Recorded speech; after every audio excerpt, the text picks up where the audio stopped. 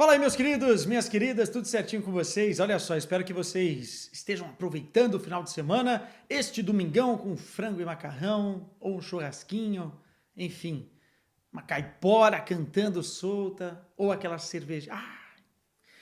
Domingo, né? Domingo é domingo. E espero também que vocês estejam degustando o futebol europeu como poucos, porque voltamos aí com as ligas nacionais e a Bundesliga voltou nessa última sexta-feira. Já falamos sobre isso no Gelada com Quesada, mas neste domingo acabei de acompanhar o jogo entre Bayern de Munique e Wolfsburg. Mais especificamente, o Wolfsburg jogando em casa na Volkswagen Arena e os Lobos deram trabalho, hein?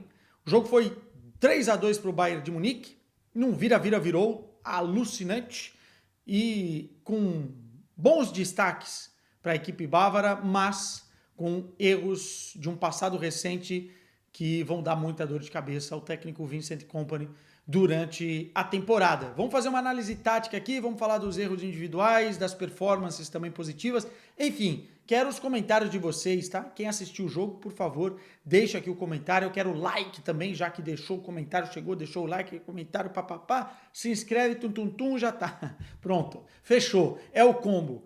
Vamos lá, começando pela formação tática do Bayern de Munique, não é muito diferente no desenho do que o Thomas Tuchel fazia.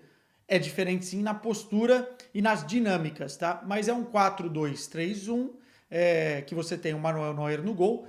Nas laterais, pontos interessantes para o bem e para o mal. Sacha Boey de um lado e Davies do outro, ou seja, jogadores muito ofensivos, né, que dão realmente opção lá na frente e profundidade ao time para complementar os pontas. É positivo? É positivo, se você protege a defesa. Já vamos entrar nesse assunto.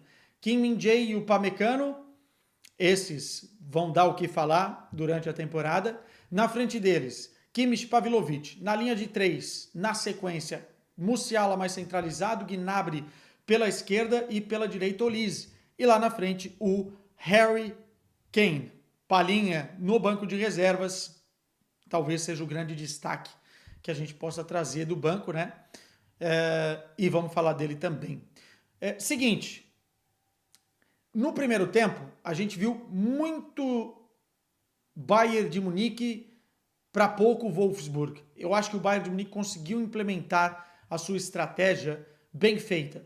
Uma marcação, pressão alta e quando perdia a bola recuperava muito rápido, mordia para recuperar muito rápido. Isso demanda também um esforço físico grande e até por isso eu acho que o time caiu um pouco na segunda etapa, mas no primeiro tempo conseguiu fazer isso.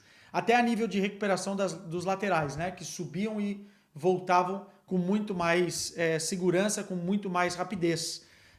E aí você começa a ver triangulações, o Olise é muito bom jogador, né? Em 1, 2 toques ele consegue ou deixar um companheiro na cara do gol, ou ele mesmo resolver a parada no 1 contra 1 e ir para cima. Você vê o Musiala, que apesar de jogar mais centralizado, eu gosto dele um pouco mais pela esquerda, trocando de posição, às vezes com o Gnabry, mas ali tendo liberdade, já que o Bayern de Munique chegava no último terço com muita gente, né, com os laterais subindo, com os pontas subindo, com o Pavlovic ou o Kimmich alternando, enfim, com Musiala, Harry Kane, tinha superioridade, o Musiala também tinha mais espaço e isso gerou muito incômodo para a equipe do Wolfsburg.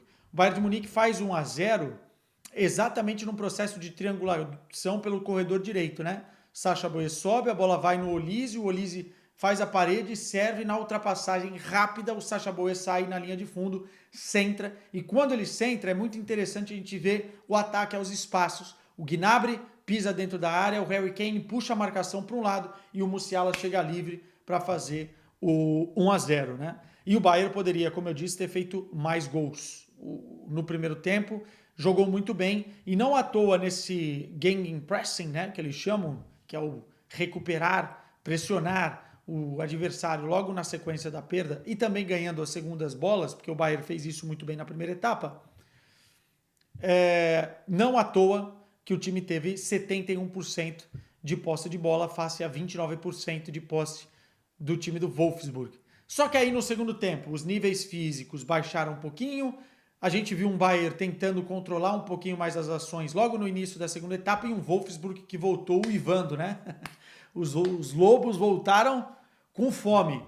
E aí, meu irmão, quando eu digo que os laterais ofensivos são muito positivos se você tiver proteção à defesa, é exatamente pelos espaços gerados. E foi aí que o Wolfsburg achou o caminho. Entre o espaço do lateral, né, o Sacha Boey, e o Kim Min-jae, o Wolfsburg conseguiu, numa bola enfiada, encontrar o Thiago, português, que joga no Wolfsburg, que saiu na cara do Manuel Neuer. Se eu não estou enganado, foi o Thiago, tá? E aí o Sacha Boey tem que voltar desesperado correndo, faz o pênalti na mão, nas costas do Thiago. É um toque pequeno, mas que o árbitro não tem a noção do quanto desequilibrou e o pênalti foi bem marcado. Parêntese aqui, teve um pênalti no primeiro tempo, uma bola que foi na mão do jogador do Wolfsburg depois de uma jogada do Harry Kane, que poderia ter sido marcado para o Bayern de Munique. Tá? Teve um pênalti que não foi marcado na primeira etapa. Pois bem, o Wolfsburg empata e aproveita esse caos momentâneo instaurado no time do Bayern de Munique para fazer o 2-1, pressionando a saída de bola. Quando você abre mão de um De Ligt, com uma das desculpas, né, era que ele não consegue entregar na construção, você tem dois zagueiros que fazem bons lançamentos, boa bola longa, conseguem ter qualidade no passe, quebrando linhas para romper, enfim, mas que são inseguros. E isso é uma herança da temporada passada. Kim Min-jae e o Upamecano parece que tem os dois uma bomba relógio na mão. E isso é muito complicado, porque o time se sente frágil e vulnerável. Né? E o Kim Min-jae, num erro de passe, contra-ataque do Wolfsburg, e o 2-1 foi feito. Para corrigir a falha do Kim Min-jae, ou o momento do Kim Min-jae no jogo, melhor, o momento que ele foi errando, foi ficando inseguro, foi ficando atrapalhado, o Kompany tem que tirar o Kim Min-jae e colocar o Dyer. Isso é um recado claro que o cara estava mal no jogo, muito mal no jogo. Fora que o Upamecano também fez algumas lambanças e quase entregou um gol para o Wolfsburg. É uma dupla de zaga que a gente já viu jogar bem, mas que é muito insegura. Psicologicamente, Kim Min-jae e o Upamecano parece que desmontam durante o jogo.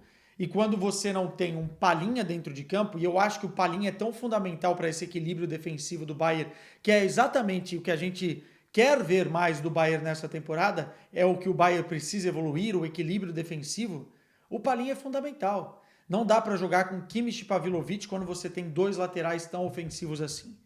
Não dá. Não dá. Eu acho que o Palhinha tinha que ser titular desse time exatamente para proteger a defesa.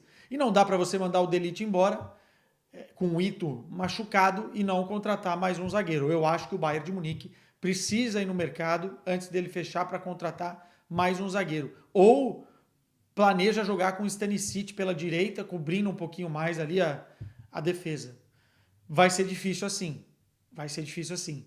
E agora é falhar num jogo que o Bayern de Munique venceu. Imagina se o Bayern de Munique perde. O massacre seria muito grande em cima desses caras. Pois bem, a entrada do Thomas Müller no segundo tempo faz com que o time melhore, né?